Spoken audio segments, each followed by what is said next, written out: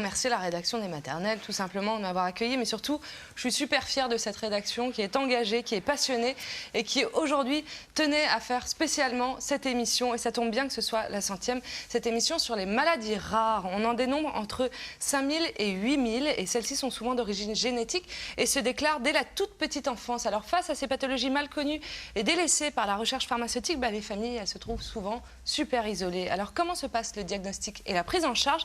Quelles sont les avancées thérapeutiques et quel est le rôle des associations de parents? On en parle aujourd'hui sur le plateau des maternelles. Bonjour Nadia. Salut Daphné. Alors vous avez trouvé un site internet qui répertorie justement toutes les maladies rares, qui est assez bien fait, je crois. Bonjour Nathalie. Bonjour. Vous allez nous présenter une sélection de livres sur ce sujet. Et vous savez quoi? Au nom de la rédaction des maternelles, de la production, on vous remercie d'être là. Ah, mais non, c'est trop mignon, arrête, on va pleurer. Bon, et bonjour Thomas. Bonjour, alors aujourd'hui c'est mercredi, donc c'est permis. Bonjour Christine, bienvenue sur le plateau des maternelles. Vous êtes la maman de Leïla, qui a 4 ans et demi et qui est atteinte d'une maladie génétique rare du métabolisme. Il y a une quarantaine de cas recensés à peu près en France. Vous nous parlerez de votre quotidien. Merci d'être là aujourd'hui. Bonjour Florence. Bonjour. Vous êtes la maman de Morgane, qui a 8 ans et qui est atteinte d'une maladie génétique rare, le syndrome de Silver-Russell, qui concerne à peu près 50 à 60 enfants en France. Vous nous parlerez pour vous de l'importance de pouvoir poser un diagnostic. Merci d'être là aujourd'hui. Bonjour professeur Stanislas Lyonnais. Vous êtes professeur de génétique à Paris Descartes et vous travaillez à l'Institut Imagine, l'Institut des maladies génétiques à Necker. Merci d'être là aujourd'hui. Mais avant de commencer... Alors on les appelle maladies rares ou maladies orphelines, ce qui traduit bien l'isolement vécu par ceux qui en souffrent, soit au total 3 millions de personnes en France. Point commun entre ces pathologies nombreuses et complexes, elles sont difficiles à diagnostiquer et à soigner. Alors comment vivent les enfants atteints d'une maladie rare? Comment être unique dans un système de soins élaboré pour le plus grand nombre? On en parle sur le plateau des maternelles et on commence avec vous, professeur, par le vrai-faux. Alors toutes les maladies rares sont des maladies génétiques, vrai ou faux? Faux. Faux. La plupart le sont. Plus on considère des enfants et des personnes atteintes dans l'enfance et le jeune âge, plus elles sont génétiques. Oui. Mais les maladies, il y a beaucoup de maladies rares qui ne sont pas génétiques, qui sont infectieuses, immunologiques. Bien sûr. Alors, en revanche, qui dit génétique dit héréditaire, vrai ou faux? Faux. Faux. On verra tout à l'heure avec les exemples de Leïla et Morgane que certaines maladies génétiques peuvent être à risque héréditaire, c'est-à-dire qu'il y a un risque dans la famille, aux apparentés ou au couple qui a un enfant. D'autres, au contraire, se manifestent comme une mutation nouvelle ou un événement qui n'a pas, même étant génétique, n'a pas de fondement héréditaire. D'accord. Vrai ou faux, les 3/4 des maladies rares touchent les enfants? Oui, c'est vrai. Ça n'en est pas moins vrai qu'il est intéressant de voir l'évolution de ces enfants, dont le projet est qu'ils deviennent des adultes, des adolescents puis des adultes, et qu'un des grands défis des maladies rares, c'est de retracer leur histoire naturelle vers des domaines que nous ne connaissons pas, notamment leur expression adulte, leur manifestation à l'âge adulte. C'est un sujet très important. Alors, vrai ou faux, les médicaments destinés à traiter ces maladies sont appelés médicaments orphelins? Ils sont appelés comme ça, il y a peut-être un tort à le faire. Ça soulève la question de la vision des industries pharmaceutiques sur ces médicaments, qu'on ne les aide peut-être pas assez à développer et à soutenir pour les faire passer pour quelques enfants, quelques familles en France ou en Europe. Et c'est aussi pour ça qu'on fait cette émission aujourd'hui. Florence, vous avez donc 2 filles, Morgane, qui est sagement assise à notre table d'écolière, et Alexa, qui a 2 ans, donc Morgane a 8 ans maintenant. Donc Morgane souffre du syndrome de Silver-Russell. Je la fais rapide, mais en tout cas ça se traduit par un retard de croissance. Il y a 50 enfants en France qui seraient touchés par cette maladie rare. À quel âge sont apparus les premiers symptômes chez Morgane ? Alors, en fait, les symptômes sont apparus dès la grossesse. C'est lors de la 2e échographie, en fait, que le retard de croissance de Morgane a été détecté. Et donc, mais c'était impressionnant. Qu'est-ce qu'on vous a raconté au moment de l'échographie? Enfin, c'était si fort que ça. Il y avait 3 semaines, en fait. Elle avait 3 semaines de retard. Alors, c'était déjà très important par rapport au terme de la grossesse. Et ça a effectivement tout de suite inquiété les médecins. Parce que c'était absolument pas normal et que je risquais de perdre l'enfant. On ne savait pas en fait comment ça allait évoluer. Donc là, il y a tout un processus médical qui s'est mis en place. Donc j'ai eu en fait une amniosynthèse pour éliminer une trisomie dans un premier temps, parce que ça pouvait être effectivement une trisomie. Donc 3 semaines après, j'ai eu les résultats qui sont revenus corrects. J'ai eu aussi des prises de sang pour détecter des virus que j'aurais pu éventuellement attraper pendant ma grossesse, ce qui n'a pas été le cas non plus. Pareil.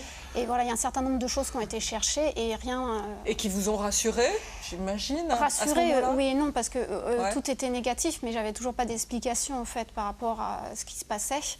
Donc là, il y a eu un suivi qui s'est mis en place. J'avais une échographie tous les 15 jours au début. Puis ça s'est un peu espacé, des monitorings aussi, pour voir comment en fait elle grossissait, et comment elle allait évoluer. Et donc elle a continué à grossir un petit peu, et puis, lentement, jusqu'à la fin en fait de la grossesse. Enfin, disons que j'ai pas été au bout de ma grossesse, on m'a fait accoucher par césarienne à 8 mois. Et là, vous avez accouché et il y a une phrase qui vous a marqué. Oui. Qui était... C'est le gynécologue donc, qui m'avait suivi pendant toute ma grossesse et qui m'a accouchée par césarienne et qui a dit à ce moment-là, oh là là, elle est toute petite. Elle est vraiment toute petite. Et par la suite, comment vous avez découvert qu'il y avait quelque chose qui n'allait pas? C'est quasiment... elle a été hospitalisée en néonate en fait, parce qu'effectivement, il fallait voir comment elle allait se nourrir. Et en fait, dès le début, elle ne s'est pas nourrie correctement. En fait. Elle prenait du poids beaucoup plus doucement que les autres enfants. Et il y avait plein de petits prématurés avec elle en néonate et tous sortaient parce qu'ils récupéraient vite et elle, non. Elle est sortie de la néonate? Elle est restée 1 mois et demi en néonate. Et en fait, elle est sortie à 2,1 kg. Voilà. Elle est née en fait à 1,420 kg. Et elle est sortie à 2,1 kg. Au bout d'1 mois et demi, c'était pas trop mal en fait finalement. Mais par rapport aux autres enfants, c'était beaucoup plus lent en fait. Et là, que vous la avez moyenne. compris qu'il y a quelque chose qui n'allait pas. Et là, pas. j'ai compris qu'il y avait vraiment quelque chose qui n'allait pas. Bien sûr. Christine, alors vous avez 6 enfants en famille recomposée et c'est votre petite dernière Leïla qui a 4 ans et demi aujourd'hui.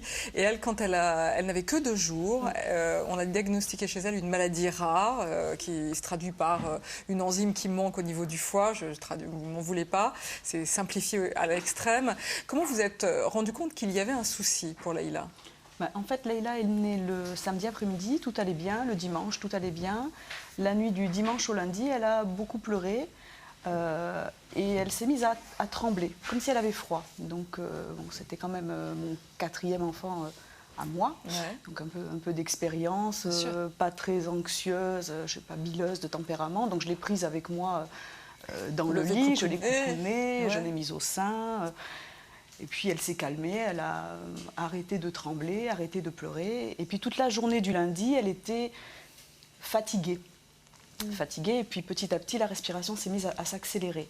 Une respiration qui n'était pas normale. Je voyais bien qu'il y avait un truc qui clochait. J'avais beau dire, mais elle ne tète plus, elle a l'air épuisée et haletante. Mais donc les puéricultrices ont surveillé son taux d'oxygène dans le sang, comme il y avait 100%, non, tout va très bien. Et ça a duré comme ça toute la journée, jusqu'à ce que le pédiatre de la clinique vienne à 18h, lui prenne la main qui, pouf, tombait. Donc elle était en train de s'enfoncer dans le coma. Donc elle a été évacuée très rapidement en réa à l'hôpital de Toulouse. Sans trop savoir ce qu'elle avait, ça ressemblait un peu à une insuffisance rénale, mais bon, voilà, on me l'a prise, ça n'allait pas du tout, elle était très mal. Le médecin réanimateur m'a dit, on ne sait pas ce qu'elle a, mais elle est très mal. Donc pour moi, ma fille partait et je n'allais pas la revoir. Ouais, vous ne saviez pas. Et il se trouve qu'en réa de l'hôpital Purpan de Toulouse, il y avait de garde un médecin métabolicien qui a pensé de suite, ça ressemblait vraiment à une maladie métabolique, parce que ce sont des enfants qui vont bien pendant la grossesse, qui vont bien à la naissance. Et en fait, comme c'est un problème d'usine chimique, d'usine interne de l'enfant, quand ils sont en circuit autonome, ça ne marche plus. D'accord. Ils s'empoisonnent. Professeur, qu'est-ce qu'on appelle une maladie rare?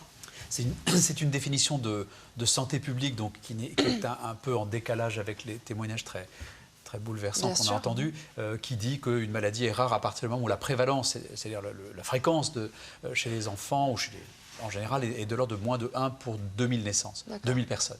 Donc c'est quelque chose qui est assez arbitraire et dans lequel se dessinent des groupes très, très exceptionnels où vraiment on compte sur les doigts d'une main ou d'une poignée de main. On en dénombre à peu près 8000. Comment? On en dénombre à peu près 8000 différentes. Est-ce qu'on peut les identifier par famille? C'est très difficile parce que tout organe, tout tissu et tout âge, on l'a dit tout à l'heure, peuvent être atteints. Je crois que le système neurologique, neuromusculaire, le système du développement de l'enfant sont les plus touchés. accoucher parce que ce sont les systèmes les plus actifs, les plus palpables au cours de grossesse et dans le développement précoce de l'enfant. Mais il y a des maladies sensorielles, il y a des maladies de la peau, il y a des maladies hépatiques, pulmonaires, etc., rénales. Tout organe peut être atteint. Et à quel moment est-ce qu'on peut diagnostiquer ces maladies ? Là aussi, on a eu 2 exemples très, très contrastés avec l'histoire de Morgane qui est prénatale, une anomalie de la croissance qui se déclare dès le début de la croissance, du deuxième trimestre de grossesse, donc avec les inquiétudes qui vont avec. Une histoire avec un intervalle libre, une enfant parfaite pendant 2 jours et qui s'intoxique elle-même, ne pouvant métaboliser une protéine. Et puis il y a des histoires qui sont beaucoup plus tardives.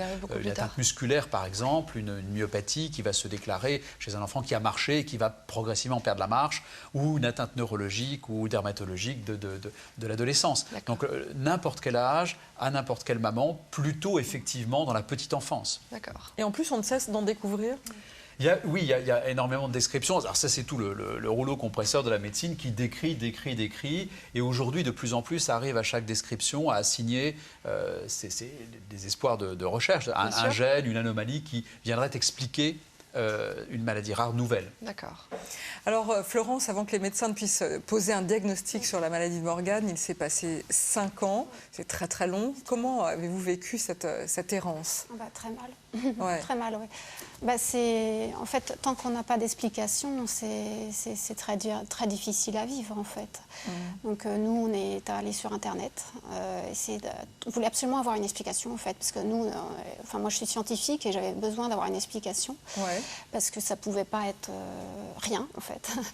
Donc elle a eu en fait beaucoup d'examens, tous sont revenus normaux.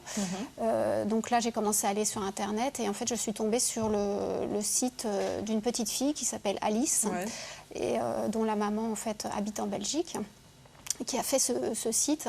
Et en fait, quand j'ai vu la photo d'Alice, j'ai cru voir ma fille. C'était incroyable la ressemblance. C'était la même corpulence, les mêmes traits du visage, les mêmes symptômes aussi, surtout. Donc là, j'ai dit, c'est pas possible, comment ça peut ne pas être ça ? Et c'était donc le syndrome de Silver-Russell, dont la petite fille était atteinte. Et donc là, j'ai souhaité en fait faire des recherches génétiques pour Morgane. Vous voulez dire que là, c'est vous qui avez poussé les médecins ? C'est-à-dire que le médecin qui suivait Morgane, son hôpital ne bénéficiait pas d'un service de génétique. Et donc lui, il avait fait toutes les démarches par rapport à d'autres choses, dont la maladie métabolique d'ailleurs. Et en fait, tout ça était revenu négatif. Et en fait, c'est moi qui lui ai demandé, est-ce qu'on peut faire des analyses génétiques, parce que j'avais vu ça sur Internet. Donc là, en fait, on est allé auprès de Necker, puisque eux, ils ont un service de génétique. Et là, effectivement, c'est une prise de sang, en fait. Donc, la maladie a été recherchée, et entre autres d'autres. Mais c'est pareil, tout est revenu normal. Voilà, et on nous a dit, revenez dans quelques années, la génétique aura fait des progrès, et vous aurez peut-être plus d'explications à ce moment-là. Inadmissible pour vous à ce moment-là ? C'est difficile, c'est très difficile, c'est sûr, parce que nous, on voulait absolument une explication, et ils n'étaient pas en mesure de nous donner. Et puis, on était tellement... moi, j'étais vraiment convaincue que c'était ça. Et là, tout s'écroule, parce que vous avez presque une certitude, vous voyez le bout du tunnel, en fait. Et en fait, non, vous repartez sans rien. Et puis, ce qui a dû être difficile, c'est votre fille. Comment elle vivait tous ces examens ? Elle les vivait très très mal, en fait, parce qu'elle en avait marre, elle n'en pouvait plus. Et elle avait pris en horreur les hôpitaux, les blouses blanches, elle n'en pouvait plus. Donc là, on a fait une pause, en fait, parce qu'on n'en pouvait plus. Bien sûr. Et en insistant, à un moment. Et en fait, j'ai continué à aller sur Internet, parce que je ne voulais pas lâcher l'affaire. Vous avez tenu bon. Voilà, et en fait, quand j'ai vu qu'il y avait des nouveaux documents qui ont été publiés sur Internet qui ont montré que le syndrome de Silver-Russell avait été trouvé sur un autre chromosome. Et donc là, j'ai ressollicité Necker. C'est fou, hein. Et donc, cette fois-ci, c'est revenu positif. Donc, elle est atteinte sur le chromosome 11 et non pas sur le chromosome 7. D'accord. Et c'est cette petite chose qui fait qu'elle a été... ça a été si long. Comment on explique que le diagnostic il soit si long à poser ? Ce que raconte la maman de Morgane est exactement l'évolution de ce qu'on vit encore aujourd'hui. C'est un parcours du combattant pour des parents. C'est une errance qui est très, très douloureuse, qui rend le diagnostic aussi, on en parlera peut-être tout à l'heure, mais il y a un aspect de soulagement dans le diagnostic, de pouvoir clore cet aspect du dossier, on en parlera. Mais il est vrai que cette errance est d'autant moins inacceptable qu'il y a un suivi, qu'il y a un lien organique avec un service ou plusieurs services qui font tout ce qu'ils peuvent, qui expliquent. Il vaut mieux dire qu'on ne sait pas, ça a été peut-être dit d'une manière un peu abrupte, mais je crois qu'il vaut mieux dire qu'on ne sait pas et qu'on vous revoit et qu'on vous apprend les progrès s'ils existent ou les espoirs s'ils se sont avérés dans les publications médicales. Internet est intéressant, je crois que c'est un outil qu'il ne faut absolument pas rejeter en médecine. D'abord, il s'impose. Comment interdire ce qui s'impose? Il faut l'accompagner là aussi, parce qu'il y a tout, il y a beaucoup de vrai, mais il y a des disproportionnés, il y a non pas des mensonges, mais des choses qui sont grossies par rapport à d'autres, et c'est important que vous le disiez. Et puis la dernière chose, c'est qu'il faut croire les mères. Oui, voilà. C'est ça. Il faut croire les mamans. Et vous n'êtes pas le seul exemple de maman qui avait fait le diagnostic finalement avant les médecins, ou des diagnostics qu'on n'a pas cru parce que les bases moléculaires étaient limitées, inconnues à une époque. Des parents qui vont auprès des associations d'enfants atteints et qui disent mais c'est pas possible, j'ai le même. On a vécu l'exemple hier, madame, d'une histoire on a revisité, comme disent les Anglais, notre dossier et on a fini par trouver parce que les parents nous disaient mais c'est pas possible. Ils avaient enquêté, ils avaient... Dans quel état d'esprit vous étiez, vous, Christine, quand vous avez eu le diagnostic? Vous êtes infirmière en plus, vous êtes dans le milieu médical. Je suis infirmière et donc on côtoie des histoires dramatiques, des enfants malades, des enfants handicapés. Et on a toujours le réflexe de dire, oh là là, quel malheur, ces pauvres gens. Enfin, voilà, on s'apitoie un peu sur leur sort tant qu'on n'y est pas.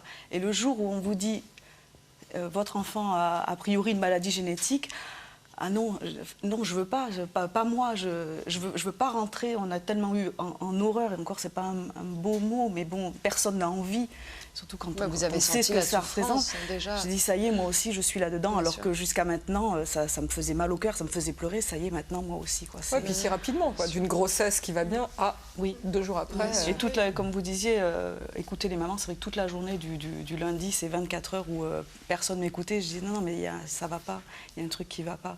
Et justement, professeur, vous donc annoncez une maladie rare, comme vous l'avez fait peut-être hier. C'est aussi souvent l'absence de traitement, l'incertitude pour l'avenir. Comment est-ce que vous gérez ce moment? Il n'y a pas de bonne gestion des mauvaises nouvelles, si on reprend ce que vous disiez. C'est quand même d'autant plus possible, accessible qu'il y a eu un travail de lien médical préalable, qu'il y a eu une écoute.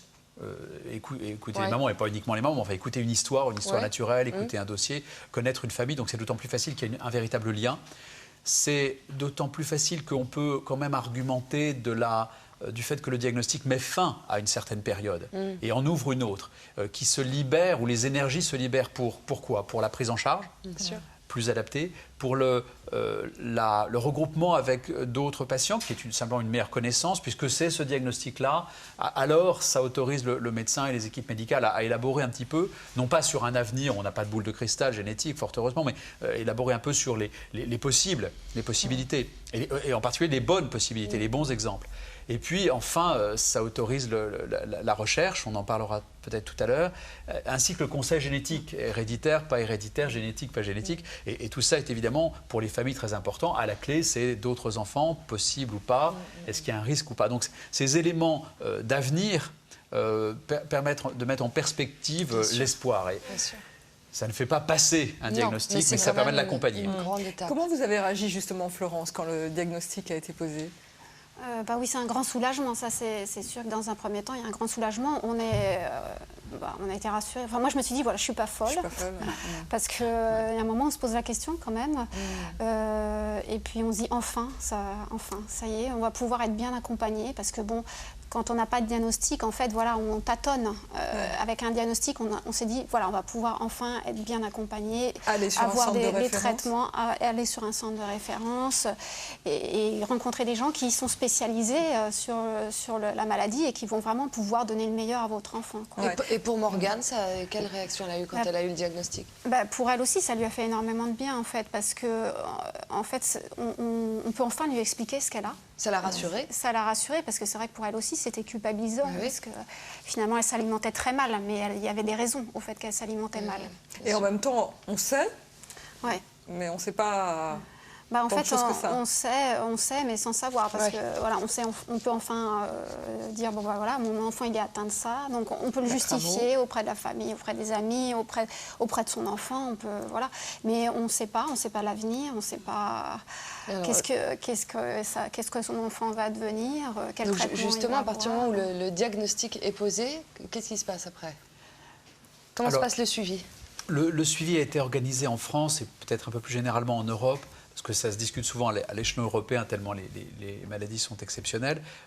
Et en France, c'est le plan maladies rares qui a, Qui a été à mis en partir de place, 2004, mis en place un système de centres de référence. Il faudrait plutôt entendre par centre des réseaux de référence. Il ne D'accord. s'agit pas de faire venir tous les enfants de France à un même endroit, mais d'essayer de distribuer les compétences dans un réseau de personnes qui se parlent, Oui. qui se voient, qui se rencontrent. Ça fait partie des exigences, qui D'accord. sont labellisées par le ministère de la Santé pour être capables d'assurer le continuum entre la clinique, le diagnostic, la recherche D'accord. et les associations de parents. Cette organisation a donné naissance à plus de, je crois, près de 140 centres de référence maladies rares. Donc imaginez la couverture nationale qui est vraiment, je crois, assez très bonne. Très bonne. D'accord. Alors la version 2 du plan, qui est née il y a quelques mois à peine, doit revoir ça, l'évaluer en termes de santé publique, le renforcer en termes de recherche. C'est une véritable dynamique. D'accord. Florence, outre le retard de croissance de Morgane, par quoi se traduit sa maladie? Alors en fait, elle a très peu d'appétit, voire certains enfants n'ont carrément pas du tout faim. Elle aura certainement une puberté précoce, pardon. Ouais. Une puberté précoce. Elle a des problèmes digestifs. Donc petits, ils peuvent avoir des reflux gastro-œsophagiens, des mobilités intestinales retardées. Voilà, Ça, c'est des choses qu'on vous a décrites en fait comme étant possibles. Oui, voilà, Morgane n'a pas forcément Oui. tous les symptômes. Ouais. Il y a aussi des troubles d'apprentissage qui sont possibles. Oui, éventuellement. Bon, Morgane n'en a pas, mais il y a des enfants qui ont des troubles de peuvent, l'apprentissage. Oui. Il y D'accord. a un certain nombre de symptômes. Mais comme c'est un syndrome, en fait, chaque enfant est atteint de manière différente. D'accord. Ah. Et ça donne un panel très élargi. Qu'est-ce qu'on vous a dit de l'évolution de la maladie? Pas grand-chose. Ouais. Nous, on vit au jour le jour, en fait. Mais est-ce qu'il existe un traitement? Oui, alors Morgane, elle a la chance de bénéficier en fait d'un traitement par hormone de croissance depuis qu'elle a 3 ans, donc ce qui fait qu'elle peut grandir beaucoup mieux que si elle n'avait pas ce traitement. Elle a aussi, depuis 1 an, elle a une gastrostomie, donc en fait elle est alimentée par voie directement dans l'estomac, la nuit uniquement. C'est vous qui vous en occupez? Oui, c'est nous qui nous en occupons. Et en fait, ce qui lui permet de grossir. Parce que sinon, si l'alimentation ne suffirait pas à ce qu'elle grossisse suffisamment. Voilà, donc, et elle aura certainement d'autres traitements après en vieillissant. Au fur et à mesure. D'accord. Christine, de quoi souffre votre fille? Alors ça s'appelle une acidémie méthylmalonique. Il manque un enzyme, enfin pour faire simple, il manque un enzyme au niveau du foie qui sert à dégrader les protéines superflues. C'est-à-dire qu'elle a besoin de protéines pour sa croissance, mais si on en apporte trop, elle ne sait pas les dégrader et les éliminer. Et donc ça reste sous forme de poison, l'acide méthylmalonique qui est toxique essentiellement pour le cerveau, les reins, mais aussi pour les autres organes puisque ça touche un peu tout. Donc, et ce qui veut dire que qu'est-ce qu'elle peut ou ne peut pas manger? Alors il faut faire un régime hypoprotidique. Qui est propre à chaque enfant, donc il faut, avec des analyses, calculer en fonction de l'âge, de la croissance, des résultats d'analyse, le taux de protéines qu'il lui faut, ce qu'elle tolère. Donc là, elle est à 11 grammes de protéines. Si elle mangeait, c'est pas de viande, pas de poisson, pas d'œufs, pas de lait, pas de graines, pas de farine, pas de gâteau, que des fruits et des légumes. Et encore, pas tous les fruits, pas tous les légumes, ça dépend de leur teneur en protéines. Donc pas de soja, puisque les végétaliens compensent en mangeant du soja pour avoir leurs protéines. Et pour les enfants qui mangent, il faut donc avoir un tableau avec la teneur en protéines de chaque fruit, chaque légume, faire des règles de 3 pour ne pas dépasser cette dose. Vous faites bon en matin. Mais donc pas rester à jeun non plus. Donc ils ont, comme pour Florence, une nutrition la nuit. D'accord. Donc Leïla, elle n'a pas de gastrostomie, elle a une petite sonde dans le nez, une sonde nasogastrique. Elle est nourrie la nuit et puis depuis 2 ans maintenant, elle ne veut plus manger dans la journée. Bon, ces enfants passent toujours par une phase d'anorexie, donc elle est aussi branchée dans la journée. Qu'est-ce que vous devez surveiller particulièrement en dehors de ce régime? Alors, si jamais elle se déstabilise, ça peut se voir au niveau du comportement. Enfin, ça va être de la somnolence, des trémulations, les petits tremblements qu'elle a eus à sa naissance. 2 jours après sa naissance. Elle va être nauséeuse. Et puis de toute façon, tous les 2-3 jours, je trempe une petite bandelette dans ses urines pour voir le taux d'acétone. Il ne faut pas qu'elle ait d'acétone dans les urines. C'est-à-dire que ces signes qui vont être visibles vont arriver quand vraiment elle sera déjà avancée dans la décompensation. Ça va se voir de suite avec ces petites bandelettes, donc je fais ça régulièrement. Christine, il y a une quarantaine de cas en France, c'est ça? Alors il n'y a pas de chiffre très précis parce que ce n'est pas comptabilisé de façon officielle. D'accord. Donc j'ai cherché sur Orphanet et puis j'ai demandé confirmation à mon médecin. Effectivement, en faisant un petit peu le tour, il y aurait une quarantaine de cas. Le plus âgé aurait 40 ans. D'accord. Est-ce qu'il existe un traitement? Alors moi, j'appelle pas ça des traitements. Parce que pour moi, un traitement, c'est pour soigner. C'est pour guérir. Voilà, c'est pour guérir. Elle n'est pas guérie. C'est un accompagnement. Elle a une prise en charge, c'est-à-dire qu'on arrive à connaître quand même le mécanisme de la maladie et essayer de contrecarrer les effets de la maladie par les surveillances. Et puis après, chaque cas est différent, chaque cas évolue différemment, chaque cas a une histoire différente. Leïla a eu le diagnostic au bout de 24 heures, mais d'autres enfants ont traîné comme ça pendant des mois, voire des années, parce qu'ils ont une forme, on va dire, moins grave, donc des symptômes moins forts, et du coup des séquelles neurologiques ou organiques. Enfin. Alors on va voir une autre histoire. À 9 ans, c'est Florian qui souffre d'une maladie très rare, la progéria, qui compte seulement 2 cas en France. Il a eu la chance de bénéficier d'un protocole thérapeutique. C'est Rebecca Craven qui a rencontré Florian et sa famille chez eux en Normandie. Florian, il vit comme les autres enfants, il adore jouer au foot, il fait du vélo, toutes les activités que les autres enfants font. Pourtant, Florian est malade. Après des années d'errance, le diagnostic tombe, la progéria. Une maladie qui touche un enfant sur 10 millions. Chaque année, Florian vieillit de plus de 10 ans et son espérance de vie est compromise. Avant qu'on donne le nom vraiment de la maladie, la progéria, c'était très long. Donc de l'âge de 2 ans qu'on a vu qu'il y avait des problèmes, jusqu'à pratiquement 5 ans, on n'avait aucun nom sur la maladie à Florian. Donc c'est vrai que ça a été un choc énorme. Et là, on se dit, pourquoi nous, quoi? On a du mal à s'imaginer qu'un enfant peut être malade comme ça, quoi. C'était très très dur. Heureusement, au même moment, un protocole thérapeutique est mis en place à Marseille. 15 enfants dans le monde en bénéficient, dont Florian.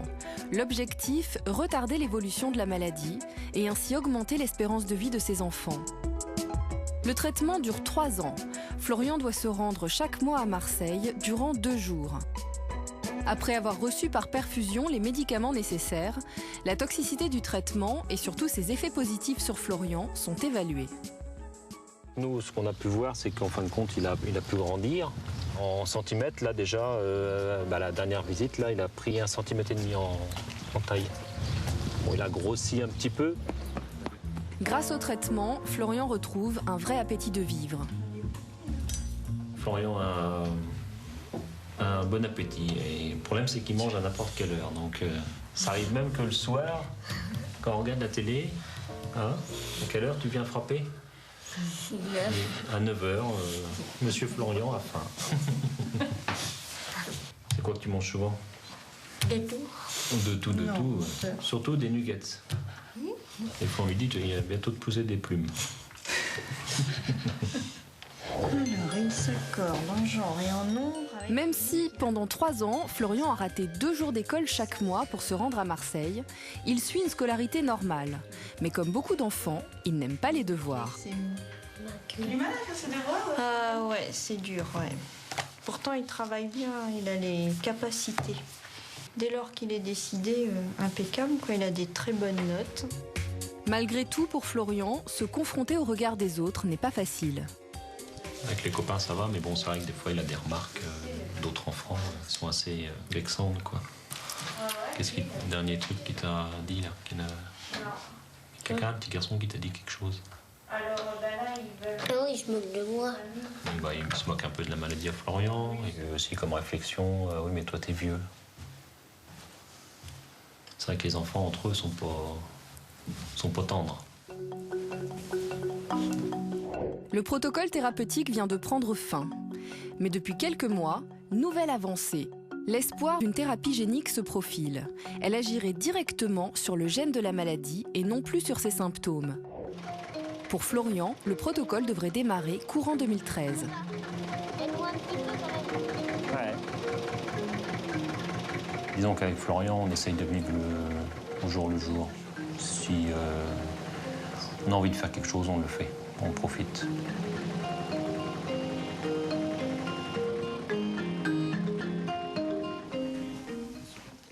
Christine, on le voit, Florian va à l'école. Est-ce que Leïla va aussi à l'école? Oui, c'est moi qui ai eu du mal, pas elle.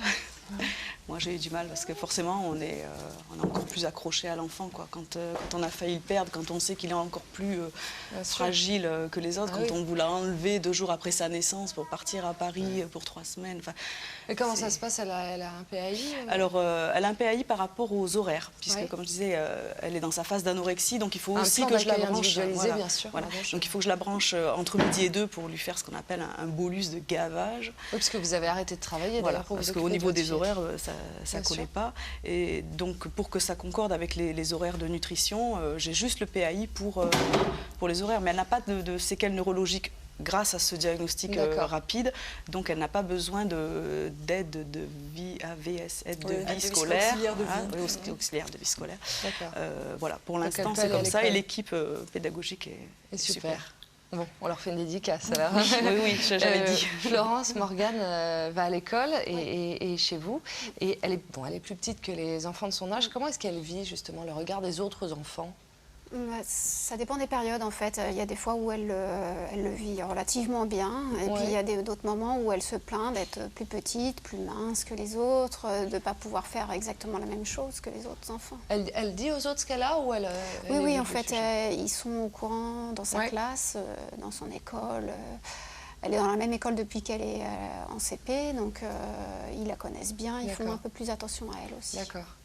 Christine, en 2009, il y a eu 2 hospitalisations. Ça a été difficile. L'année noire. L'année noire. Donc, comme je disais, c'est un équilibre qui est très précaire. Alors, qu'est-ce qui s'est passé pour qu'elle fasse ce qu'on appelle une décompensation? C'est un déséquilibre qui, du coup, l'intoxique. C'est un cercle vicieux. Est-ce que c'était un début de gastro, quelque chose d'extérieur? Une petite virose a suffi? Est-ce qu'elle n'était pas bien stabilisée à ce moment-là? Est-ce qu'elle était peut-être encore trop petite? Bon, on a eu 1 mois et demi d'hospitalisation sur l'été. Et on a remis ça 6 mois plus tard, donc sur l'hiver, 1 mois et demi d'hospitalisation, avec des jours un peu mieux, des jours un peu moins bien, des perfusions très difficiles à piquer. Donc pour les bilans sanguins quotidiens, c'était la torture. Pour la prélever, la perfuser, ça tenait 36 heures et puis la perfusion ne tenait plus. Donc elle replongeait. Bon, c'était extrêmement dur. Et puis, voilà, on ne sait pas combien de temps l'hospitalisation va durer et dans quel état elle va en sortir. Parce que... Qu'est-ce qu'on se dit à ce moment-là en tant que parent? Voilà, après, c'est très personnel, mais est-ce que ça vaut le coup? Est-ce que ça vaut le coup de réanimer un bébé 2 jours après sa naissance, le dialyser, d'intuber et quelle vie elle va avoir? Là, on n'était qu'à sa 2e année. Donc, on avait eu la première année à peu près tranquille. Et sur la 2e année, à 6 mois d'intervalle, 2 grosses hospitalisations avec un enfant qui va mal, qui souffre, qu'on torture, pour une maladie qui n'a pas de traitement. Vous êtes fait aider par une association? Alors, j'ai mis du temps là aussi. Voilà, j'ai mis du temps. Il a fallu que je sorte un peu la tête de l'eau. Puis j'ai eu besoin, comme Florence, de voir d'autres cas, d'autres parents. Donc, il faut en prendre et en laisser aussi. C'est vrai qu'on a les témoignages des autres parents, mais j'ai très vite appris qu'il n'y a pas de copier-coller. Même sur des enfants qui ont exactement la même maladie, l'histoire est différente, la gravité est différente, la prise en charge est différente. Les enfants qui ont une quinzaine d'années n'ont pas bénéficié des mêmes soins que Leïla parce qu'en 15 ans, on a avancé sur la maladie. Mais il y a... Qu'est-ce que ça vous apporte? Ça m'apporte que quand ça ne va pas, J'ai des interlocuteurs qui savent me dire ce qu'il faut et puis voilà, ils savent ce que je ressens, ce que je vis. Et puis après, d'avoir des projets de livres de recettes, par exemple, comme je disais, parce que c'est des enfants qui peuvent manger que des fruits et des légumes, donc c'est très limité. Et l'impression de rester active. Voilà. Et puis votre fille. ils font une fois par an, une famille se dévoue pour faire ce qu'on appelle le week-end de rassemblement, puisqu'on est donc éparpillés sur toute la France. Donc cette association regroupe une dizaine de maladies qui ont pour point commun le régime hypoprotidique. Maladie métabolique. Comment s'appelle votre association? Ça s'appelle les Enfants du Jardin, parce qu'ils mangent que des fruits et des légumes. D'accord. Donc Florence aussi, vous avez adhéré à une association? Oui, tout à fait. Et c'est génial pour les enfants de se retrouver parce qu'ils ne sont pas tout seuls, quoi. Et les parents de communiquer, de faire des échanges et tout. Pour les mêmes raisons, en fait? Oui, c'est pour se sentir moins seul. Oui. Ouais. Pour partager des expériences en fait communes, parce que c'est vrai que quand on a un enfant comme ça un peu différent, quand on parle avec d'autres parents qui ont des enfants, disons standards, on a un peu l'impression d'être regardé avec des gros yeux. Voilà. Donc, comment s'appelle votre association? C'est l'AFIF, SSR PAG. C'est un peu compliqué. D'accord. Qu'est-ce que les associations de parents ont changé, professeur? Je crois que ça a été, c'est un vrai bouleversement médical profond. Ouais. L'Association française contre les myopathies a été le leader de ce changement qui a très profondément bouleversé la façon de voir les maladies, la façon de parler, la façon d'appréhender les familles et aussi de construire ensemble des efforts conjoints. On a évidemment énormément appris des associations. On se fonde parfois sur les associations pour faire une recherche, pour savoir, pour apprendre. Je parlais tout à l'heure de l'histoire naturelle d'une maladie. Ce sont évidemment les parents et les enfants qui nous la donnent. Donc les associations sont des acteurs non seulement de récolte de fonds ou de mécénat, ce qui est très important aussi, mais des acteurs de leurs propres soins. Et ça, c'est un vrai changement qui finalement, si on l'utilise, si on le convertit positivement en médecine, et c'est évidemment ce qu'il faut faire, protège un peu de la méconnaissance, du fait qu'on ne sait pas.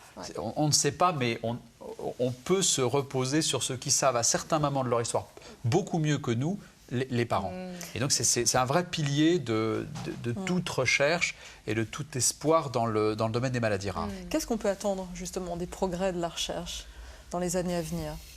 Énormément, parce qu'on a parlé de traitements purement symptomatiques, traiter l'acidose de Leïla, un moment critique où elle était en jeûne ou infectée et donc elle a décompensé sa maladie métabolique, jusqu'à un espoir parfois irréalisable pour l'instant, en tout cas de traitement de l'anomalie génétique, mais entre ces extrêmes auxquels pour l'un il faut se consacrer parce que c'est la vie qui est en jeu parfois et auquel l'autre il faut non pas rêver mais travailler, entre ces deux extrêmes se décline tout l'arsenal qu'il peut y avoir dans les maladies rares et qui va dépendre évidemment des pathologies. Le traitement par l'hormone de croissance, le traitement diététique, une vraie orfèvrerie, un artisanat fantastique pour arriver à bien doser, pas trop ni trop peu, une nutrition qui devient un traitement en soi. Les thérapies par enzyme, par production d'une enzyme nouvelle, on peut en rêver pour l'acide de la méthylmalonique. On va produire l'enzyme qui ne se détruirait pas dans l'intestin ou les veines de l'enfant en lui perfusant. Les traitements par thérapie cellulaire, où on va essayer de reconfigurer les cellules pour leur donner le potentiel des cellules de l'enfant, sans greffe, des cellules qu'on peut essayer de reformater pour fabriquer une enzyme déficiente, ou enfin des transplantations. Ça a été essayé parfois dans les maladies métaboliques, dans les erreurs métaboliques, de remplacer un organe déficitaire en espérant que quelques pourcents de l'activité enzymatique donnée par un rein nouveau ou un foie nouveau pourrait guérir les enfants. Donc il y a un arsenal immense. Les espoirs d'aujourd'hui sont plus, je dirais, concentrés sur des molécules nouvelles, dépistées parmi des milliers de médicaments nouveaux, parfois complètement délaissés. Celui qui, par miracle, je pense à la progéria, on a vu des images de Nicolas Lévy qui a identifié ce gène à Marseille il y a quelques années et qui utilise ces stratégies en disant je ne sais pas forcément tout sur la maladie, mais je vais tout essayer. Et il y a des moyens de screener, pardonnez-moi le franglais, mais de screener très rapidement des milliers de médicaments, même totalement éloignés du champ, en espérant trouver. Alors justement, la recherche et la prise en charge des enfants et de leurs familles, ce sont des thèmes qui seront évoqués le 29 février au cours de la Journée internationale des maladies rares. On en reparlera et puis on va voir d'autres informations avec Nathalie.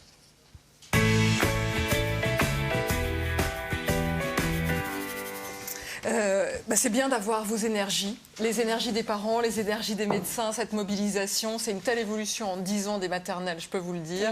Quand à l'époque, on commençait Internet et que les parents venaient voir les maternelles en disant « Est-ce que vous pourriez signaler qu'il y a un enfant qui est malade dans telle région ?» Donc voilà, merci à toutes vos énergies, je sais que c'est important. Je voudrais d'abord saluer justement les parents qui s'engagent, qui essayent de raconter en écrivant eux-mêmes des histoires. Donc j'embrasse très fort Christine qui a sorti ce livre. Vous voyez, les parents créent des livres, ils essayent de les distribuer avec leurs petites mains, ils les dessinent. Mais qu'est-ce qu'il a, Will sur la maladie de William. Je voudrais aussi saluer quand même, et on en a parlé ensemble, Christine, tous les labos qui essayent aussi d'accompagner les parents. On dit beaucoup de mal très souvent des labos sur ce sujet-là. Vous êtes beaucoup appuyé sur Jules, gastrostomie, justement pour expliquer à votre fille comment ça marche, les histoires de sondes. C'est un petit peu lourd pour les enfants. Ils sont parfois fâchés avec tous ces examens qu'ils doivent subir. Et puis les couleurs de Jeanne.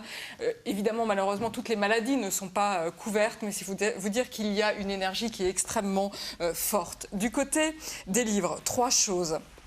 D'abord, rendre effectivement un petit peu hommage à la médecine.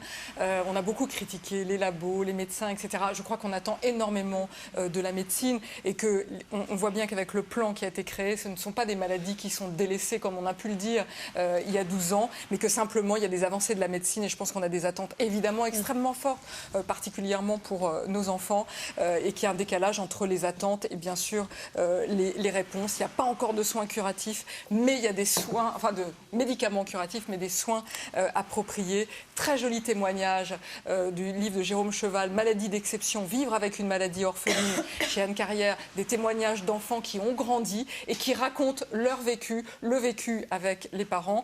Et simplement, je termine parce que il y a des frères, et il y a des petites sœurs aussi, Alexa, et moi alors, cette fratrie qui doit continuer d'exister avec le droit de dire « tu m'embêtes toi avec ta maladie », grandir avec un frère ou une sœur aux besoins particuliers, c'est l'hôpital Sainte-Justine. Alors évidemment, toutes les références seront sur le site des maternelles. Et si vous avez envie de vous intéresser à ces associations, on mettra évidemment les liens et on va voir d'autres infos sur le net avec Nadia.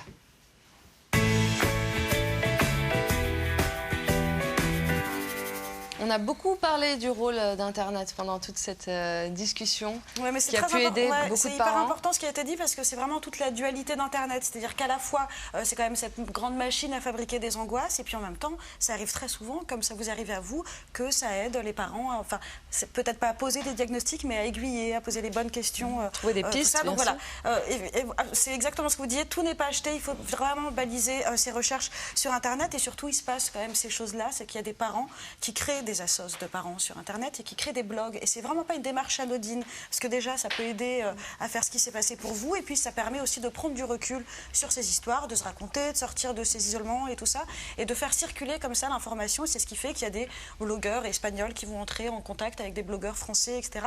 Donc il y a une grande mise en contact quand même qui se passe sur Internet. C'est une espèce de grande bouche à grandes oreilles qui fonctionne quand même très bien, pour peu qu'on sorte des forums traditionnels dédiés aux parents, tout ça. Dès qu'on va sur des trucs un petit peu ciblés, on trouve des bonnes informations. Et parmi ces sites-là, il y a un site que vous avez cité qui est évidemment le site de référence qui s'appelle Orphanet, qui est le portail de référence sur les maladies rares en Europe. On y trouve des informations médicales plus ou moins vulgarisées en fonction des maladies, mais quand même assez compréhensibles. Donc apportées, vérifiées par des médecins très régulièrement.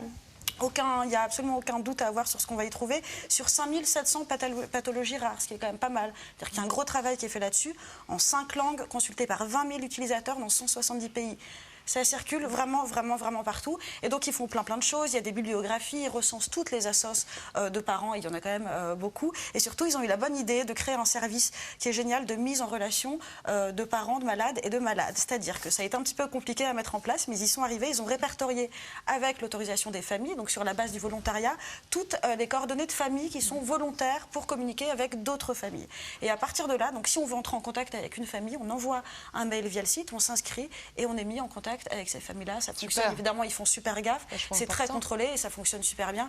Et je trouve que c'est quand même une assez jolie chose. Après, il y a d'autres associations, je n'ai pas le temps de toutes les citer. Et je vais essayer de parler bien lentement parce que je parle très vite, mais pour que vous ayez le temps de noter, il y a 2 assos dont je voudrais parler qui ont aussi pour vocation d'informer des parents. Un site qui est assez récent, qui s'appelle maladiesrares.info, qui a créé, là aussi, outil internet, un chat qui a lieu 2 fois par mois sur le thème des maladies rares. C'est le 2e et le 4e jeudi du mois entre 13h et 14h. C'est précis, mais ça marche tout le temps, ça fonctionne systématiquement. Et on peut donc poser ces questions en direct à des spécialistes sur les maladies rares, au sens très large, sur toutes les problématiques. Il y a des thématiques et c'est donc un chat, donc on a des réponses en direct. Vous connaissez ou pas? J'ai entendu parler. Ouais, j'ai pas encore participé. Vraiment, c'est pas mal. Je trouve que ça fonctionne bien. Et puis, c'est vraiment des rendez-vous réguliers pour les familles. Un autre site qui s'appelle Alliance Maladies Rares et qui, lui, est plus sur la pédagogie parce qu'ils ont créé, vous connaissez aussi, qu'ils ont créé un kit pédagogique sur les maladies rares pour faire parler des maladies dans les écoles et dans les fratries. C'est-à-dire que c'est un livre, des fascicules, ce genre de choses, mais qui vont permettre d'apporter de l'info dans les salles de classe parce que tout le monde n'a pas la chance d'avoir des écoles qui sont capables d'apporter ces informations et puis d'en parler avec les aînés, les petits frères.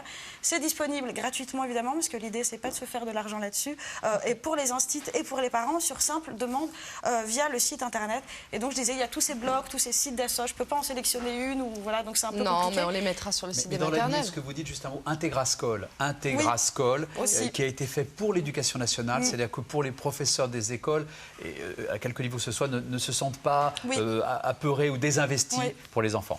Et justement sur ce truc-là de l'éducation, et je vais faire un tout petit pas de côté, mais il y a un autre site qui est juste formidable, ça fait longtemps que j'avais envie de vous en parler, qui s'appelle l'enfant à l'hôpital, l'enfant@l'hôpital, vous connaissez aussi, c'est juste formidable, ça fait un moment maintenant qu'ils existent et chaque fois il y a des nouveaux trucs, donc c'est une assoce qui a créé une plateforme internet, ce qu'on appelle un logiciel libre pour les enfants hospitalisés sur des longues durées ou pas, en tout cas sur des enfants hospitalisés et qui vont leur permettre de communiquer avec des étudiants, avec des artistes, avec des grands voyageurs qui sont des cyber-reporters bénévoles, donc qui ont fait cette démarche de proposer ces infos aux enfants et qui racontent leurs aventures en fait, donc de partout dans le monde avec des vidéos, des photos. C'est une espèce de classe verte en ligne auquel nous on peut assister parce que c'est évidemment gratuit, logiciel libre, tout le monde peut télécharger ça. On le trouve dans pas mal d'hôpitaux, mais les parents peuvent y accéder. Et donc c'est vraiment de ramener du ludique, de l'apprentissage, de l'artistique, d'apprendre des langues, d'avoir. Et en ce moment par exemple il y a une jeune femme qui est en train de faire un tour du monde et qui raconte aux enfants ce qu'elle fait. Alors il lui lance des défis, tout ça. Et c'est des rendez-vous quotidiens. Il y a une radio qui a été créée où les enfants peuvent devenir à leur tour animateurs, journalistes et tout ça. Et c'est vraiment bien qu'il y ait ce genre de truc qui se crée et ça fonctionne que sur le bénévolat. Donc l'idée c'est d'aller les voir et de voir ce qu'on peut faire pour eux. Alors on va relayer toutes ces associations sur le site des maternelles. N'hésitez pas à les soutenir. Merci Nadia et merci à Cécile Darcos qui a préparé cette émission. Ouvrons le journal intime.